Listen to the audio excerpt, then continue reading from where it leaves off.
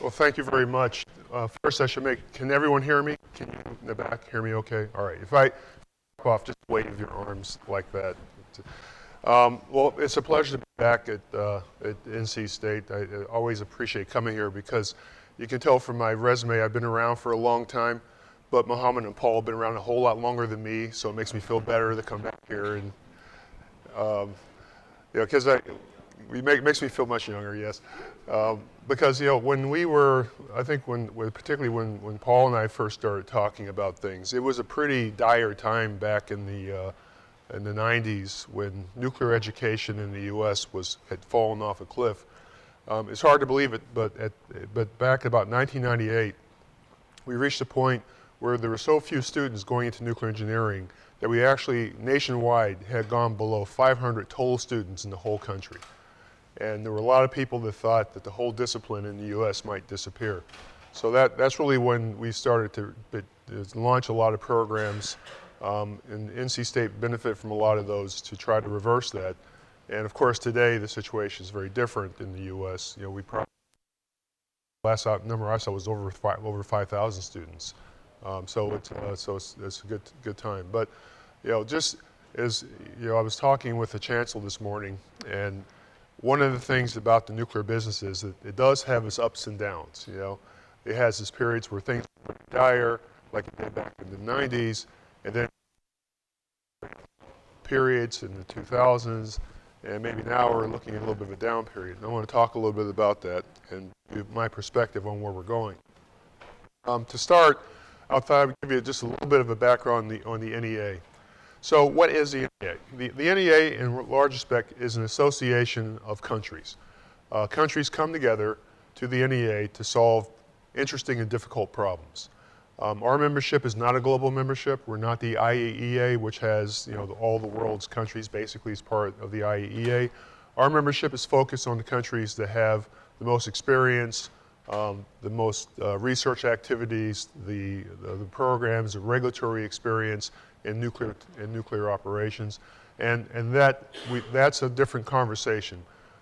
Instead of having conversations about how to train people about the basics of radiation, we talk about new concepts to transmit radiological risk to the public. We talk about issues of safety culture in highly developed countries. We talk about in the post-Fukushima environment how to deal with the various countries.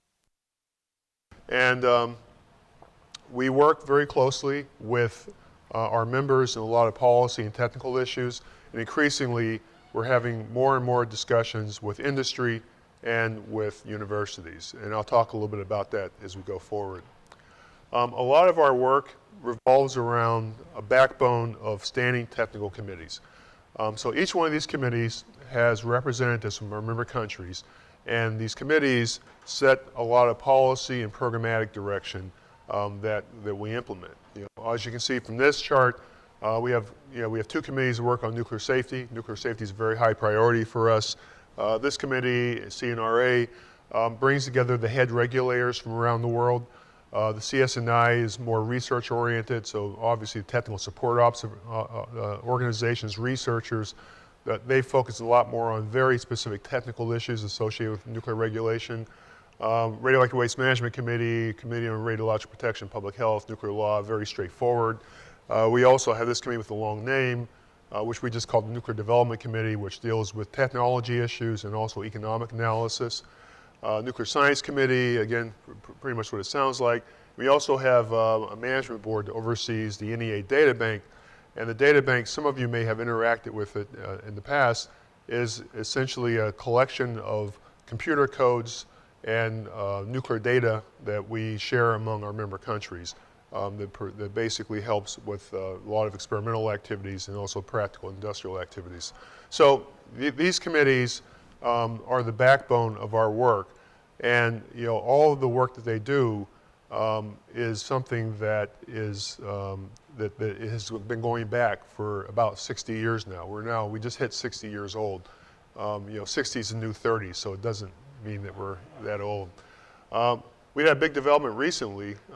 We added the first new committee since the early 1990s. This is a committee on decommissioning and legacy management. Obviously, this is a growing area because there are countries, like Germany, for example, they're phasing nuclear power out, and so they have a big challenge. But there's also countries like the U.S., which is even while building nuclear power plants, is still phasing out some older plants. So really, countries around the world have to deal with decommissioning. Many countries are dealing with legacy management, dealing with legacy sites at places like Hanford in the U.S. or Savannah River. The Japanese are cleaning up a lot of research facilities, so this is something where our members are very interested. Now, the work of these committees, as I mentioned, so each one of these committees has about 30 members, and they are representatives who have been designated by their countries to sit on these committees. To give you some examples, the CNRA is chaired right now by Victor McCree, who is the Executive Director of Operations at the U.S. Nuclear Regulatory Commission. Nuclear Science is chaired by Dr. John Hersig, who's Associate Assistant Secretary for whatever, their titles change all the time, at DOE. CRPPH is chaired by Mike Boyd, who is in charge of the Radiation Protection Program at the EPA. So you see these people are designated by governments. However, each committee also has a very extensive substructure. And I've chosen nuclear science to show that to you. So each committee has a number of working parties and expert groups that operate under it. In the case of nuclear science, you can see there's an expert group on improvement in integral experiments data from minor actinide management, has an expert group on multi-physics experimental data, groups looking at accident-tolerant fuels. You can see the long list. And so we have altogether about 75 expert groups like this that meet on a regular basis and attack very specific issues. And you having trouble hearing me? No? Or are you just scratching? Okay. And all of the work that's been done in these groups is available all free of charge online. So we write reports on a regular basis. Dozens of reports a year come out, and you can go on the website, download them, and read anything you want. Now, we also have some outside activities, things that are funded by only subsets of countries, and this captures that. So we have the Generation International Forum, which now, I guess, about going on 16 years old now. This brings together countries who are interested in the next generation of nuclear power plants. These countries do research together to look at issues like fuel and materials issues. The Multinational Design Evaluation Program is a collection of countries where the head regulatory organizations come together to look at specific state-of-the-art technologies like the Westinghouse AP1000. So you'll have several countries that work on working groups to look at that technology and to ask very similar questions and then share the results of their analysis.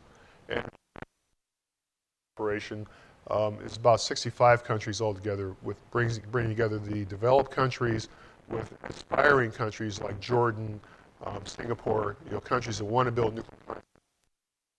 About issues like with nuclear waste and nuclear power plant, and so these come. We also are a very important country in the world. We can bring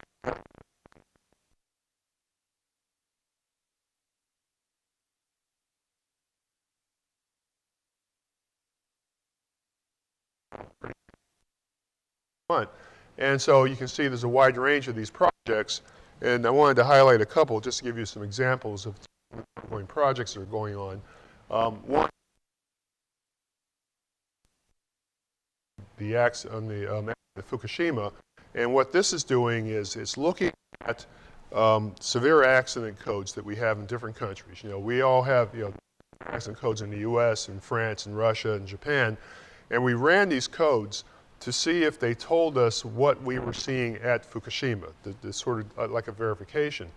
And what we found was the codes first agree with each other pretty well. Assumptions matter, obviously. But also that they agreed very much with what we saw on the ground at Fukushima. So they gave us a lot of confidence that the codes were correct. And now we're in the process of running the codes further out in time to see if it's possible to project where the core material might have deposited inside the damaged reactors. And this, of course, will be very helpful in the cleanup program.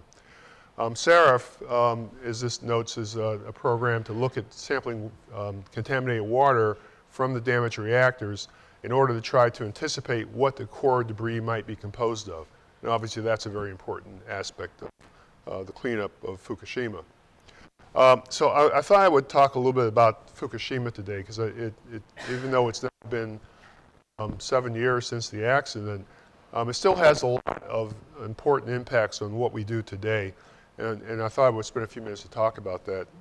I was with the Regulatory Commission when this happened, and it's one of always remember where you were when you first heard it. Well, I was waking up, because for me, we were having a very long week at the NRC. We had our Regulatory Information Conference. I don't know, have any of you ever been to the RIC? No? You need to go to the RIC. If you're nuclear people, you have to go to the RIC at least once. It's a huge conference, about 3,000 people come. As an NRC commissioner, it's great because you have the audience, you can say whatever the hell you want. No, and everyone has to sit and listen to you. And I did. I said whatever the hell I wanted. And at the RIC, we have a lot of foreign visitors who come and talk to us. And one of the groups that came in was a group from Japan of regulators who were explaining to us what they were doing to make Japanese nuclear power plants more resilient to earthquake. And I had this long meeting with them on Thursday night before going home. And then next morning, of course, was 3/11. The earthquake had happened, the tsunami had happened, and these horrible pictures from Japan. And so I rushed to the office, and we really weren't thinking anything about nuclear at the time. We were looking at these pictures of the tsunami, and trying to contact friends, because we work very closely with people in Japan. So I was calling people and emailing people, trying to see what was going on. And but by the middle of the morning, we started to hear the words Fukushima Daiichi, and that at first what we were hearing was, well, yes, this was in the path of the tsunami, but there's no real issue. Everything's under control. And over the course of the morning, we started to get more and more pieces of information. And by late in the afternoon, I think we all started to get a little bit of concern. And by evening, we knew that we had a mess on our hands. And of course, by the next morning, we had all seen the hydrogen explosions and everything else that was going on. So we knew we were in full-blown crisis. For me, this was a moment of some pride, because immediately people from the Nuclear Regulatory Commission began volunteering to go to Japan to help. So we dispatched a lot of people to go to Japan. Alicia actually was at the embassy in Japan at the time, and so she was there helping these guys get settled in and figure it. So it was a lot of chaos in those early days, and of course we had a lot of scary moments in that first week where we were very worried about what might happen. But we got through that crisis. The worst did not happen. No life was lost as a result of the nuclear accident. However, it certainly did have some long-term ramifications on us as a nuclear industry, as nuclear regulators, and I think it's something that we have to reflect on. So after the NEA issued this document to pull together the key regulators and talk about what have we really seen from this and what should we take away. And I think the first thing that they said was very important, and this was unanimous from all countries that participated in this, including countries like Germany and Italy that later decided not to continue operating nuclear power plants, which is the reactors are safe. That there wasn't anything we saw at Fukushima Daiichi that told us that there was something either wrong with nuclear reactor technology or something wrong about the way we were regulating them. But that doesn't mean there weren't things that we learned. We certainly learned that we had to deal with what has been now commonly referred to as extreme events. That's just something that I think we always knew in one level or another, but I think after this, we clearly knew we had to take more action on it. Another thing that we always knew is that there's always a big human factor. But when we analyze the accident at Fukushima, we see that there was clearly many areas where there were human failings that either created the situation that led to the accident or contributed to the problems that happened after the tsunami. So these are things that we had learned. Now, since all that has happened over the years, we've done a lot to make nuclear plants even safer. As you can see, there's a long list of things. If you go around the world, and I've done this, and go to nuclear plants, most nuclear plants have done really all of these things. They've made big changes. They've reassessed, reinforced their plants against flooding hazards. They looked at adding mobile systems to cool the reactors and spent fuel pools in case of a station blackout. They're looking at how to deal with contamination from damaged reactors and how to suppress the contamination from the vents. They're all looking at safety culture. So these are all things that have gone on. And we did another report a few years ago that captured what has happened. So if you're interested in the subject, you can find this 5-year after report where we really go through what countries have been doing to respond to this in order to make sure that their plants are safe. So I can stand here and I can tell you, I think the plants, there's no question the plants were safe on 3/11 and were safe before 3/11, were safe after 3/11, but we've made them more resilient today. That's the real difference. If some disaster happens at a nuclear power plant in really any country that we work with, the ability for that plant to recover from the unexpected is much, much higher today than it was back in 2011.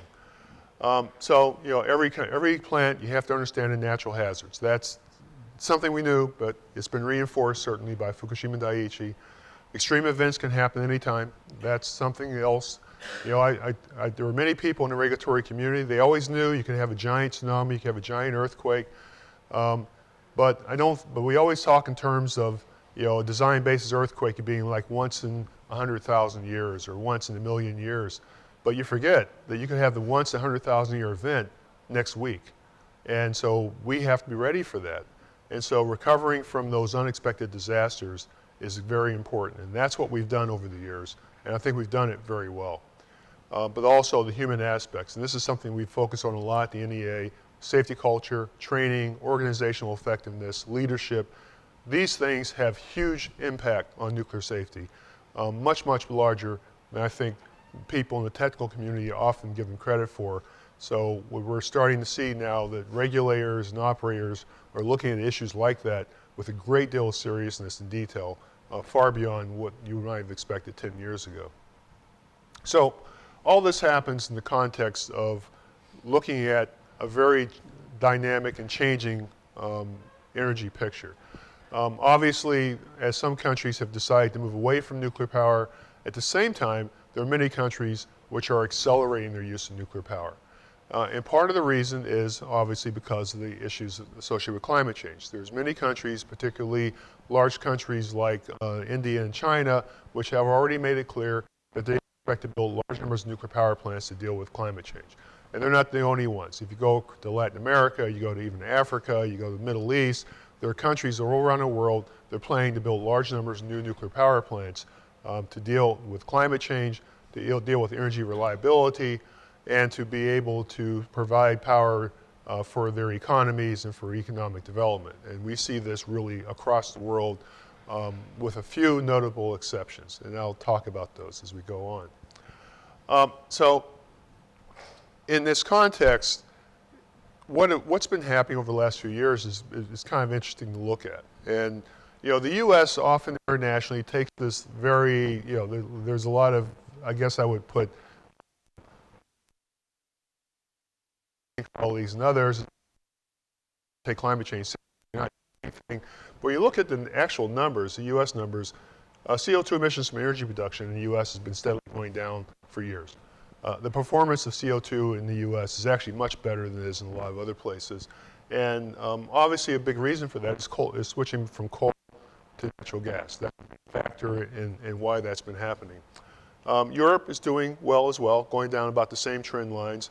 Part of that is a combination of strict energy efficiency, a lot less energy than Americans, and they're becoming more efficient. But also there's some deindustrialization we've seen in Europe, and issues of renewables, so lots of different factors coming into that. Germany is an interesting case. We can see Germany's lines trending down. I think if you look at the more recent years, you might see a bump back up because as they start to phase out nuclear, they're using more fossil fuels, even restarting some coal plants. So we're starting to see some indications of that. But of course, the two most interesting cases are France and Japan. So here's Japan, and here's 311, and you can see what happened after 311.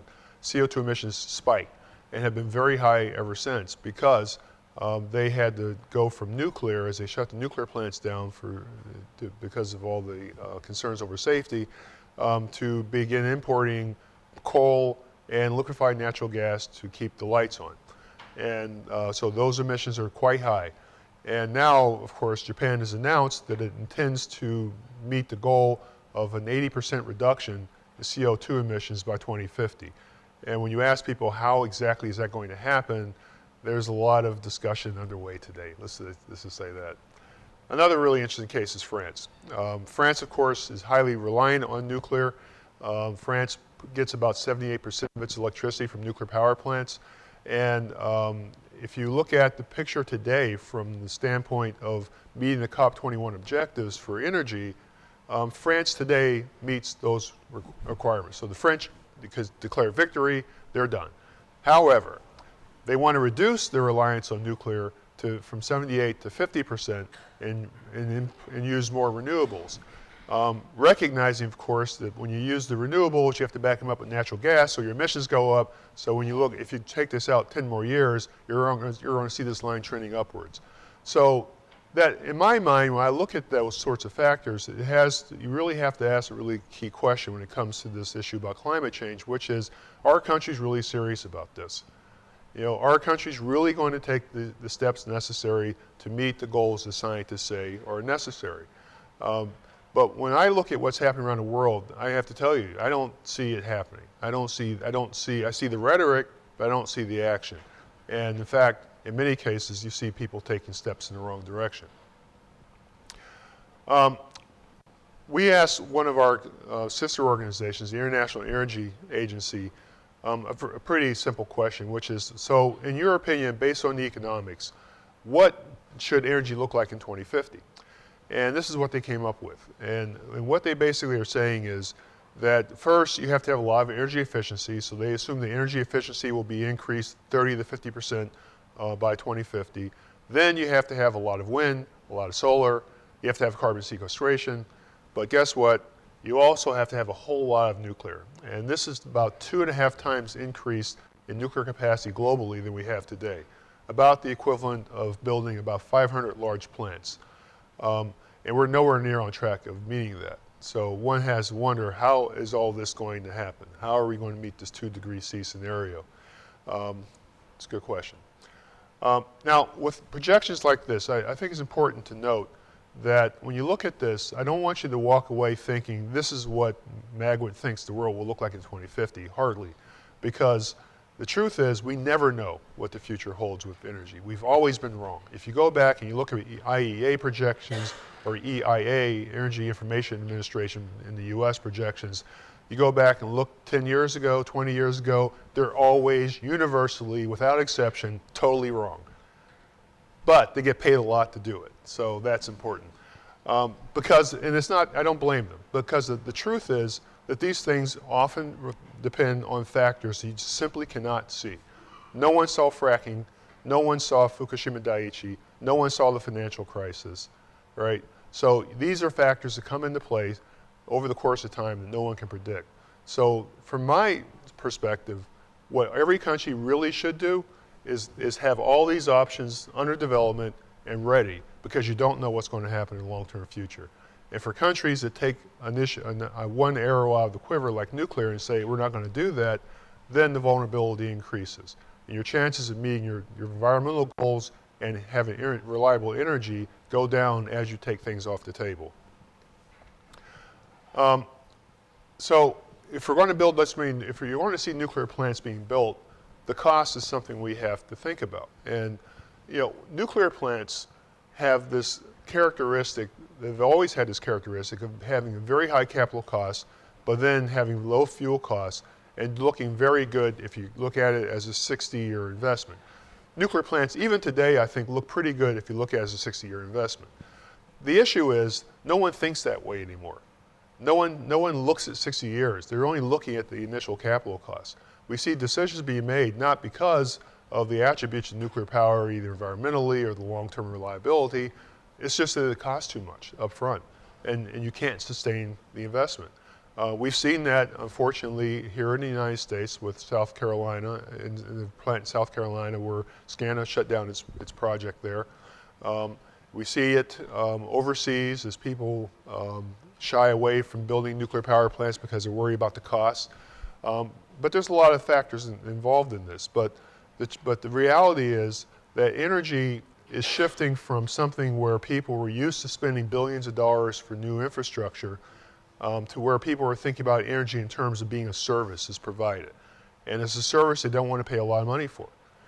So this is a kind of a paradigm shift that we have to absorb and we have to understand. Now, one thing I would say about this is that when we did these projections, you can see we were estimating about $6,000 per installed kilowatt. Projects around the world are actually coming in much, much higher than that. And one reason is that countries like the United States, like France, are not good at building nuclear power plants anymore. You know, if you don't do it for a long time, you can't just jump right in. We just came, actually yesterday, literally yesterday, we were at the Vogtle site. And it was a great visit. The Vogtle plant is underway. There's 5,000 people on site. They're building the plant. I think it's going to be a successful project. But the horror stories that the project managers were telling us about all the problems of subcontractors, welders that didn't know how to weld stainless steel, all these problems because the infrastructure was allowed to disappear over the course of time in the U.S. And when you start a project 30 years later, you have problems. I think you see that in lots of Western countries. Today, there's 3 countries where I can tell you that you can build a nuclear power plant on cost, on schedule. There's 3 countries. It's Russia, China, and Korea. Other than that, you cannot say it can be done correctly. And that's just a reality of where we are. So we ask the question, so I often look at nuclear renewables as something that has to work together. But more often than not, people see it as a choice. And so we did this analysis looking at the economics of this and say, okay, so based on what we know, as renewables are penetrating the market, well, how does nuclear fare? So this first column basically says, okay, let's have a big carbon tax, say $100 per ton, and then let it just play itself out. Nuclear takes over the universe, okay? That's the big red bar. You build as many nuclear plants as you can. But if you start to make assumptions about penetration of renewables at relatively small percentage, 10% here, 30% here, 50% here, as many renewables you put on the system, you lose nuclear capacity. And it sort of maxes out when you get to 75%, and then you just have no nuclear at all. Now, the saving grace here, I think, there's 2 factors. One is this is driven almost entirely by capital costs. The high capital costs of nuclear power plants is driving them out of consideration in the market. And that's something we have to deal with if we're going to see nuclear have a long-term future. However, I also think that there's serious questions about how much renewables can actually penetrate into the grid. There are some people that believe you can get 80% renewables on the grid. But there's a lot of people who actually, I think, are probably right, that think it's probably going to land more like 40%. So if you're serious about climate change, and your maximum renewables is 40%, where's the rest of your energy coming from? Something to think about. So as I said, there's questions about what renewables will actually do in the long-term future. There's questions about what countries are going to really do about climate change. Are they really serious about this, or is it just a political issue that they're using? A big question that was really a big unknown is what's storage going to look like over the course of time? This might be the single biggest factor in energy going forward. If nothing much improves in storage over the next, say, 20 years, that's very good to know. But if there's a game-changing technology in storage, that could change the whole conversation, and you have to kind of start over again. But I do think under any of these circumstances that nuclear can play a very large role, but it's going to have to evolve a bit. A few years ago, we started looking at this evolution through something we did with the International Energy Agency called the Technology Roadmap. And we looked at a wide range of factors, looking at nuclear power today, why we can't, how do we expand nuclear power in the future? And we looked at a lot of factors. One, and on the top, distortion in electricity markets is a really big issue. We look around the world, including some parts of the US, electricity markets absolutely don't work. They're broken, they're dysfunctional, and they don't send the kind of signals they're supposed to send. So that's a big factor when you're running a baseload power plant, because in some parts of the world, you're running baseload power plants, but electricity prices keep dipping below zero. That's not going to be sustainable. We also have these issues with our ability to build plants. We keep having these big cost overruns and big schedule overruns. Lots of questions about advanced technologies like SMRs. Are SMRs going to really work, or are they going to be practical? Other issues, Fukushima Daiichi, non-proliferation. But the one issue that comes up universally, no matter where you are with the public, is this issue about high-level waste. This comes up every time I talk to the public. And for me, it's actually one of the least interesting subjects to talk about, because in my view, I don't see nuclear waste as a huge problem. We can store nuclear waste for very, very long periods of time, very safely, very cost effectively. It's not a crisis. But in some countries, it's a bit of a political issue. So it has to be dealt with. Long term, we do have to deal with it, but I don't see it as an immediate crisis. But when you go around the world, what you see is that nuclear waste isn't really a big technical challenge. We think we can license and build repositories safely, but the problem is the public policy side. The people don't trust what they're being told. People don't believe that it's going to be safe, and they've heard these horror stories in the past. And so to try to understand this issue of the public perception, we ran this very detailed scientific experiment which involves typing nuclear waste into Google and then hit images and see what comes up. And this guy has been around for about 10 years. And he's walking around this nuclear, I don't know why he's doing that, doesn't look very safe. Of course, our old friend Homer Simpson, he's very popular on the websites. This barrel of goo here, this was a relatively new one with the Earth getting this nuclear waste poured into its head. And one of my personal favorites is one that showed up a couple of years ago.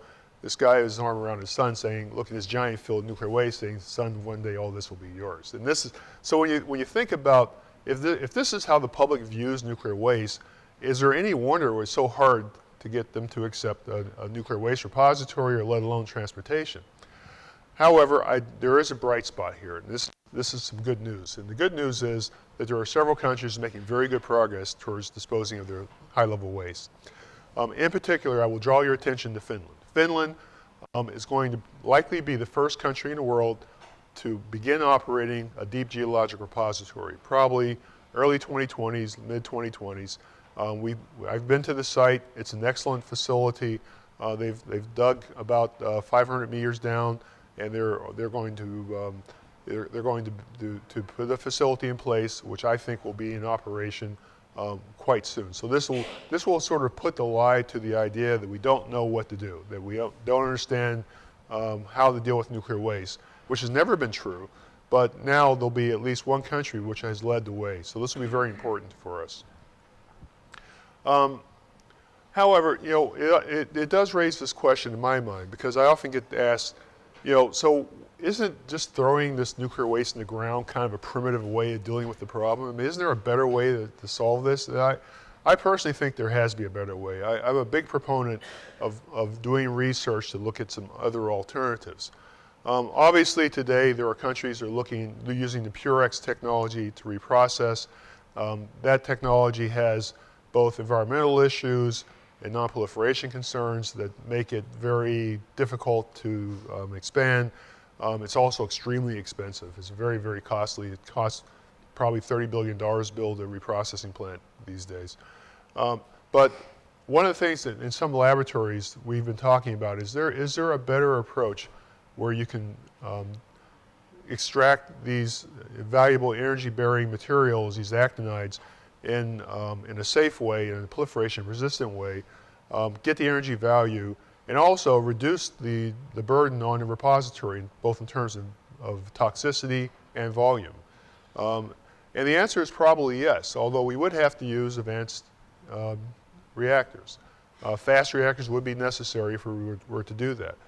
Some of our nuclear science working groups are looking at this subject very intently, and we're pretty confident the science is there. The engineering is not, but the science is there to be able to do this. But in order to make it actually happen, we would have to do something that we haven't done in a long time, which is to really do serious R&D in all these areas. It's been a long, long time since we've done that. And I think there's a reason why we haven't been doing that. So in order to be able to have a future for nuclear, we're going to have to deal with improving the cost effectiveness of nuclear.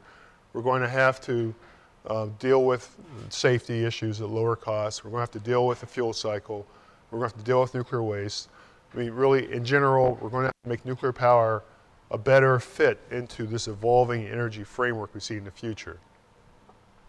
And as I was saying a minute ago, we don't see the kind of investment in R&D that we would need in order to solve all those issues. And this gets back to something that I was talking to the Chancellor about this morning. I was actually, when I was talking to the Chancellor, I was describing this picture. And this is a picture of Glenn Seaborg, who's chairman of the Atomic Energy Commission back in the early 60s, and James Webb, who was the head of NASA. And I find this picture really fascinating because this is 1961. These are two very, very senior, very powerful government officials in the United States. And you can see in the background of some advanced spacecraft going to Mars or someplace. And this was taken on the occasion where they signed an agreement to work, for their agencies to work together to develop space nuclear power systems for the future. Now, I look at that and I think they had to know whatever happened, they would probably never see this happen. They would probably never be around when this technology came to fruition. But they had a long-term vision. And that's something that we don't see these days. We don't see that long-term vision. We don't see the investment in the beyond the horizon future that we used to see in the US and France and places like that. What we often more see are we're trying to solve today's problems today, and often research is something that has to have a result in about 5 years. And that's not looking over the horizon. And that's what we have to get back to if we're going to solve all of our real problems. And that's something I think is hard to fix, but I think we have to try. So I encourage the Chancellor this morning, and I encourage all of you, whenever you have the opportunity to talk to policymakers and others, talk about the long-term future, not just the short term. Get them to think that their responsibility isn't just to get reelected 2 years from now. Their responsibility is to make sure the country is better off 50 years from now than it is today. So what are we doing about this? Well, we launched a program called Nuclear Innovation 2050. Nuclear Innovation 2050 is designed to bring countries together to have a conversation about, well, what should we be doing? You know, it's easy for me to complain about it, but what is the answer? What should we be looking at for the long-term future? What can we do to work more closely together? So we brought countries together to have these conversations. This has been going on for about 3 years now. And the countries have come up with this list of priorities. It's nothing here that'll be shocking. Aging management, decommissioning, Gen 4 systems, advanced recycling, accident-tolerant fuels, passive safety systems, severe accident management. But these are the priorities that the community has come together on. And so we're working with them now to try to move forward with some of these. And in particular, we started with advanced fuels. Advanced fuels is a very ripe area. And one of our goals, you know, if you wanted to start right now and develop a new advanced fuel, if you go about it the traditional way, it'll take you 20 to 25 years to get that fuel in a commercial reactor. If that's the way we are going to do technology from now on, we're doomed. We can't evolve fast enough. So we have to shrink that. So we're looking at ways of short-circuiting that process in order to make it more closer to 10 years as opposed to 20 years at the very least. So those are the things we're working on. So, you know, often in many countries this question comes up, well, this is great to talk about, but who's actually going to do all this? You know, you go to a lot of countries, and particularly in Western Europe, and you don't see nuclear engineering programs very much. Most of them have phased down and disappeared. They aren't getting funding. And if they do get funding, they're looking at fusion or something like that. They're not looking at these technologies. So there's a real concern in a lot of countries that they just don't simply have the expertise anymore to do these things. So we decided that we needed to do something. we decided that it's important that there be highly trained scientists to sort of take the leadership roles in the future. So we launched a program called the Nuclear Education Skills and Technology Framework, or NEST. And NEST is now it's getting started. We now have 11 countries that have agreed to begin working together to develop this. Now we have an agreement that's been drafted. We're hoping to have it signed in the next few months. And the idea behind NEST is to create research projects that will be attacked by university students in multiple countries. So you might have a project, say, on accident-tolerant fuels, for example. You might have students from Japan, from NC State, from France, all working on the same project and coordinating to attack the problem. And our hope is that this will galvanize more and more students to become interested in taking part in nuclear research activities. And so we have a lot of countries, including countries like Germany, which have, and Italy, which don't anticipate building new nuclear power plants, but recognize that maintaining the expertise is very important. So with that, I will conclude with a picture of our new headquarters building. We moved there 2 years ago. It's very nice. You know, that my office is about right here, overlooking the Seine River. I have a very nice balcony. You can come up, have a glass of wine, whatever you like. But if you do come to Paris, please come visit us. Be happy to chat with you and be happy to answer any questions you have. Thank you very much.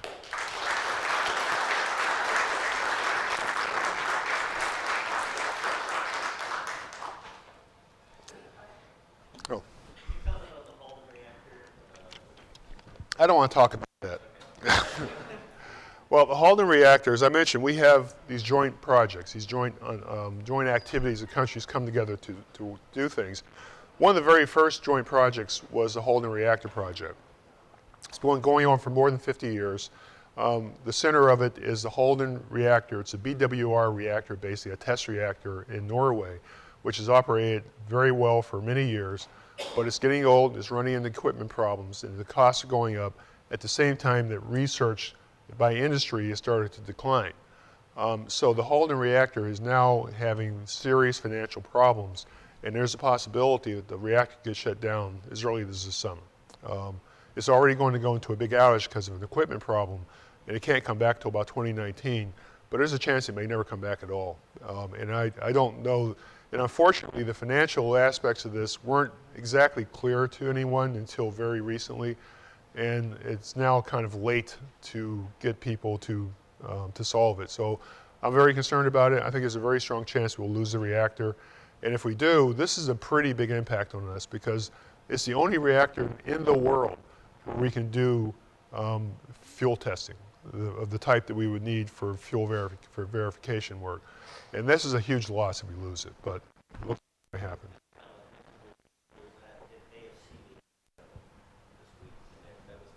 That was a theme, yeah.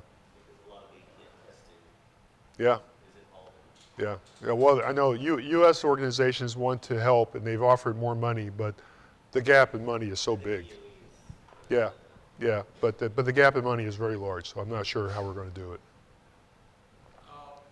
What about the British? Are they still moving ahead aggressively on nuclear? I get the feeling that they're pulling back somewhat. What's going on with the British? No, it's still moving forward. You know, they are.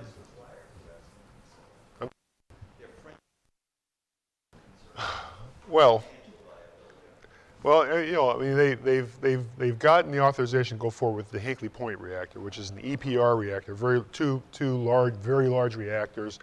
The price tag is north of 25 billion euros, I think, isn't that about right? So there's a lot of questions about that, but they're moving forward. They've started nuclear-related construction, so the project's going forward. And also, the British are still discussing with Japanese suppliers and U.S. suppliers about 2 other sites. So it's still going on. There's still a prospect for building the AP1000 there. There's still a prospect for building ABWR there. But I think the reality is, however, the mechanism they use to finance is called contract for difference. And what that means is it's basically kind of like the old regulated model in the U.S. where you put something into the rate base and you have to pay it back over a period of time. The trouble is they set such a high price to pay for this nuclear power plant, this Hinkley Point reactor, that's become kind of controversial in the UK. So even if they sustain that, how they're going to do that for the next project, I don't know. So I think there's some real issues with that. But right now, we meet with them regularly. They're still moving forward. In fact, they've developed a very strong interest in small modular reactors. I'm curious about the role of the human factor in the Fukushima accidents. Like, what could have been done by the operator or management to make this? Well, by the time that we got to, there's lots of things that happened before we got to the accident that are a big factor. So by the time we got to the accident, it was probably not a whole lot they could have done. However, one thing that we did see that was a major factor in at least part of the incident was that the operators apparently didn't fully understand how to use the ice in Unit 1. And could that have made a difference? It sure could have helped. It certainly could have helped. It could have bought them more time, but they didn't use it properly. And then by the time they started trying to use it, it was too late. So that was one thing we saw. We also did see that if there had been some training on in preparedness in terms of equipment, being able to communicate, they might have been able to string together some power systems to get the reactors back, at least get the coolant systems pumping again before it was too late. But by the time we got to that point, I don't think there's much they could have done. I'm actually very, sort of a human being, very proud of the people that stayed on site and did their best, fighting under really incredibly difficult circumstances. I mean, I've talked to these guys. I mean, just to think that you're alone, the lights are off, you're dressed out in anti-seize, and you're trying to run a reactor. It's just a horrible thing, but but they did their best.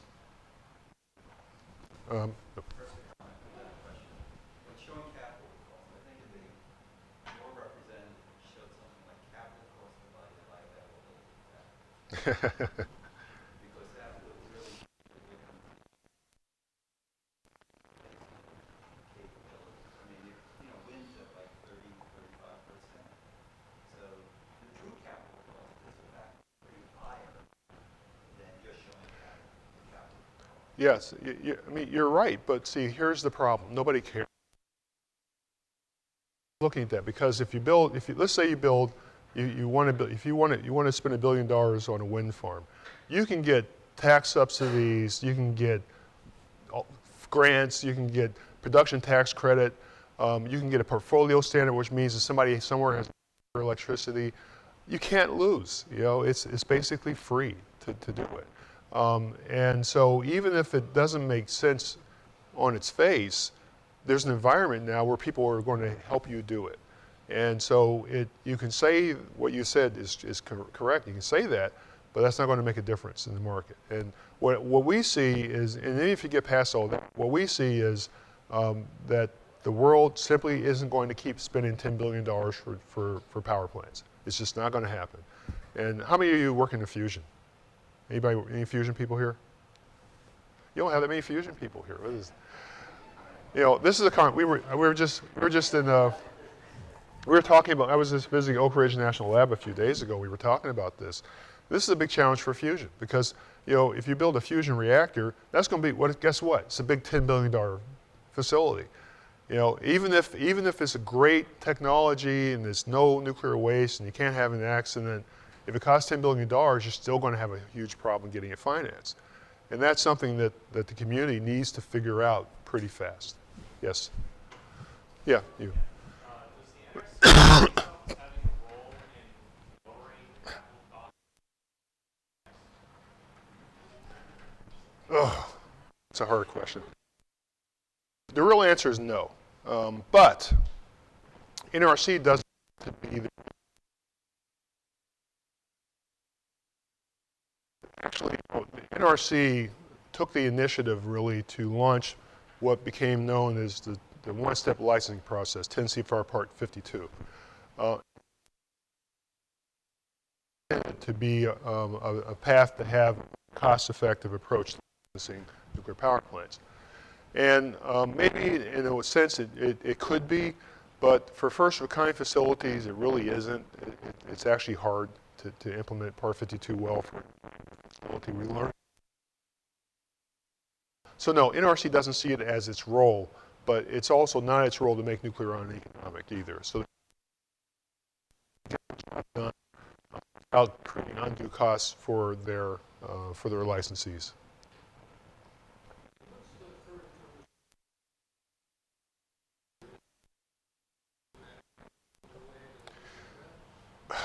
So, any kind of security issues are really difficult in an international venue.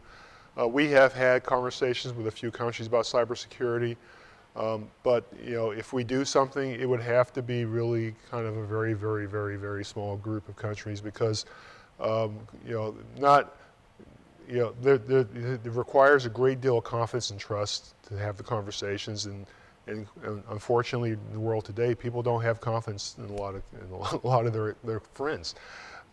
Not because they think they'll personally do something bad, but they might let the information out through some other mechanism. So when we have these conversations, the conversations usually limit to like 4 or 5 countries. So it's a very, very small group that are willing to have the conversation. It's really hard to have the conversation in an international venue. Either at either IEEA, you can talk in basic principles, but if you want to talk in practical terms, it's a very tough conversation. But we're trying. Yes?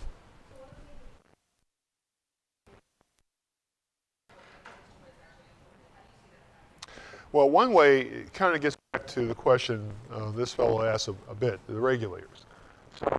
Part of the reason that you get stretched out for 20 years in testing the fuel is the way the regulator plays into the process. It's much more, the regulator sits back and says, when you have something to show me, bring it, and I'll let you know what I think. And, oh, well, you need to go back and do this experiment. Oh, well, I'm not sure I understand this, so go back and test that. And that's the traditional approach, and regulators are very comfortable with that because they don't see themselves as being part of the solution, but their job is to assure safety.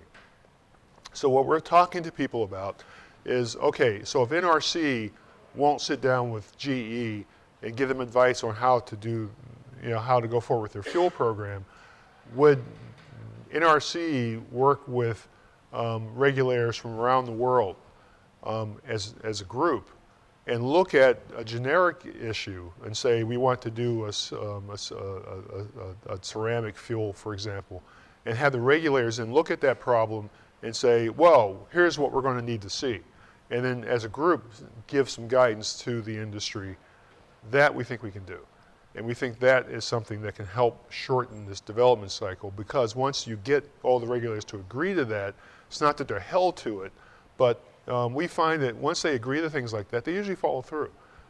That's what MDEP has been doing, looking at these sort of joint, I forgot the term they use, it's not joint agreement, but it's a sort of a way where they tell each other, okay, we all agree to this, we're all going to hold to this. It's not a legally binding thing, but it's something they do hold to. So we think things like that would be necessary.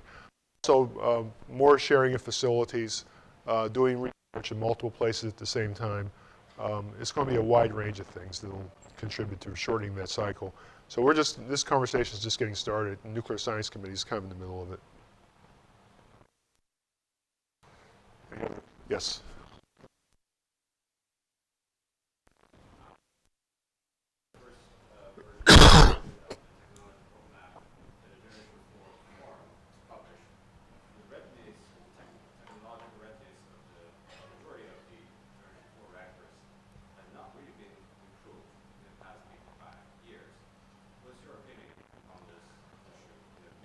Yeah, no, I think you're right. I think that, but so, when we first started Generation 4, the first meeting that became Generation 4 took place in a Washington, D.C. hotel in January 2000, and there was 2 feet of snow on the ground.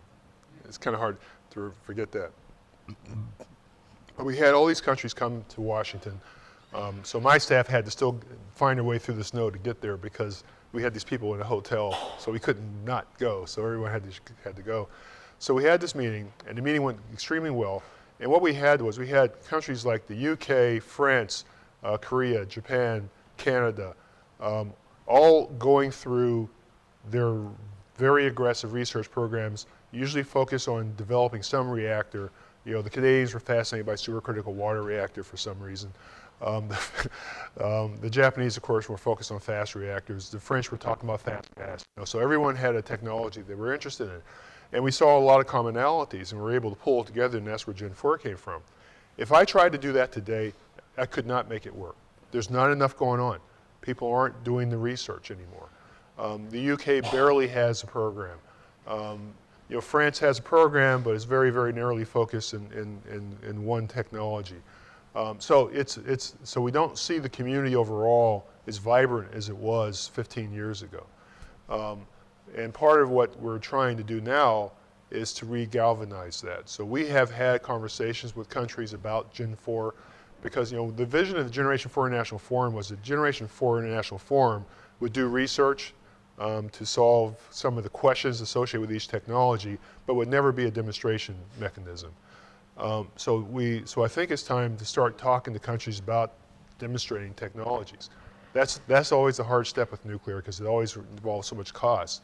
But if we don't do that, we can't advance the state of the art. So I think we're trying to push countries to have the conversation now. But you're right. And unless we do something like that, we're not going to advance any further. We're going to continue. I mean, we do solve problems. I mean, if you want to see something really impressive, visit Oak Ridge National Laboratory and look at the work that's been done on TRISO fuel. We know more about TRISO fuel now than we ever knew before. We have a really good understanding of how TRISO fuel works, how to make it, how to have high quality, what migrates out of the shells. We understand the mechanisms very well now. And that's research that we've done over the last 15 years or so. So there's success stories in there. And so if we wanted to build a reactor that used TRISO fuel, we're in really good shape to go do that. Because that was always the harder part, proving that the fuel could be trusted to maintain the fission products. We can prove that now. That's a big deal. So some things have happened, but we have to demonstrate something, and that's kind of where we are today. Any other questions? I've used up all your questions. The projections that you show, you said they're historically very unreliable. Do something. So you look at nuclear, that's older and so forth. And then you kept mentioning the grid. Have you factored in projections involving the elimination of grids completely, where you're self-contained in terms of, Tesla battery storage and all these other. No, we haven't. I mean, I'm not sure how much that changes the story. I mean, I think you still have the same conversation about different technologies because if you want to go completely distributed, you could have a nuclear conversation in that as well. So I think that's certainly a complicating factor. I personally don't think we're going to do that in a lot of places because I think you still have the need for large industrial electricity requirements. And don't forget, people are now talking about electric vehicles, and that's one of the big things in Europe these days, that everyone wants to go to electric vehicles. Well, where's that electricity coming from? So these are things we have to think about. And I think part of the problem is that no one has a clear vision as to where they want to go in the future. It's just, we see bits and pieces. We see on one side people are excited about EVs or autonomous vehicles. On another side, someone's excited about about solar panels on roofs. But we don't pull the story together in an integrated fashion to be able to have a coherent story. And I don't see a coherent story right now. It's a very chaotic time.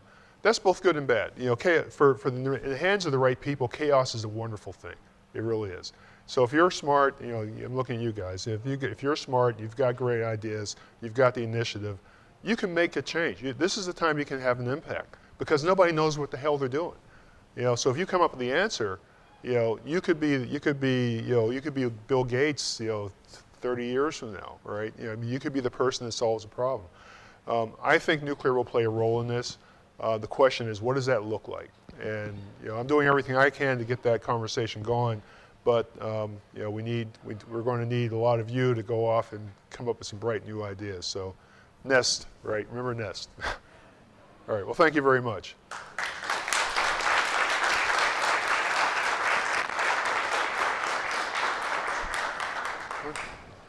We're on time. Thank you. Didn't get any of that.